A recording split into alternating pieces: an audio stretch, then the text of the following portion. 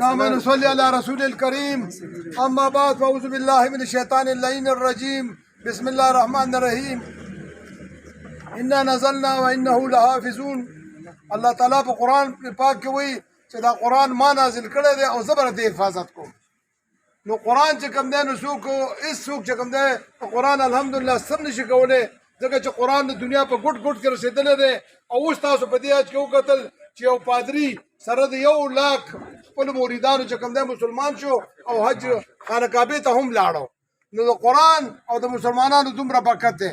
خو چې دا کم کار په سویډن کې شوی دی یا د دې نه مخکې په ډنمارک کې شوی یا نورو ملکونو کې کوي، دا یو بین الاقوامي سازش دی. دا د اسلام خلاف لګیا دي.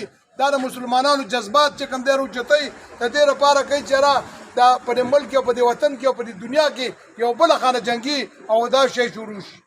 د هغې نه پس لکه څنګه چې عمر خان صاحب مانه مخکې ویلې چې بله زه نسبت تاڼې سره په کلیاس کلي کې په یو جومات چې کوم په پټو کې دی وړوکی جومات دی، په هغې کې قرآن پاک او پوړ چې کوم دی یو سب چې دی نو هغه دغه اورو ته کېښودلی شو.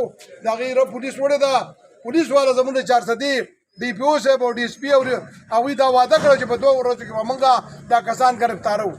نن اخري ورځ ده، که دا یې ګرفتار نه کړو موږ به بیا راوځو د ډي پي او دفتر مخې ته، د ډي سي دفتر مخې ته، او دلته به چې کوم دی د هغې خلاف احتجاج کوو. موږ په دنیا کې دا شی نه برداشت کوو، نو په 400 کې به څنګه برداشت کوو؟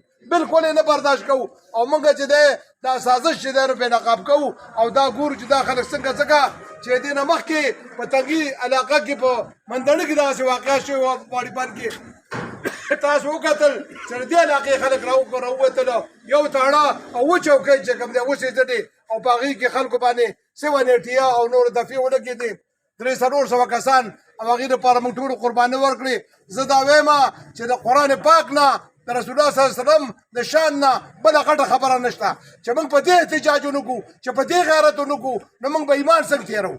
ځکه چې مسلمان دی نو د قرآن نه بغیر چې کوم دی چې د چا په قرآن یقین نشته، چې د چا د قرآن په عزت باندې او په حرمت باندې یقین نشته، هغه سره مسلمان نه دی.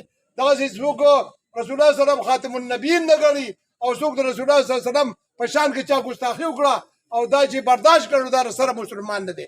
موږ هر څه منو خو موږ په قرآن پاک باندې هېڅ قسم چا سره سودا یا قیصه نه کوو، نه چې دا برداشت کولی شو. داسې موږ رسول الله صلی الله علیه وسلم په شان کې هېڅ قسم ګستاخي نه منو.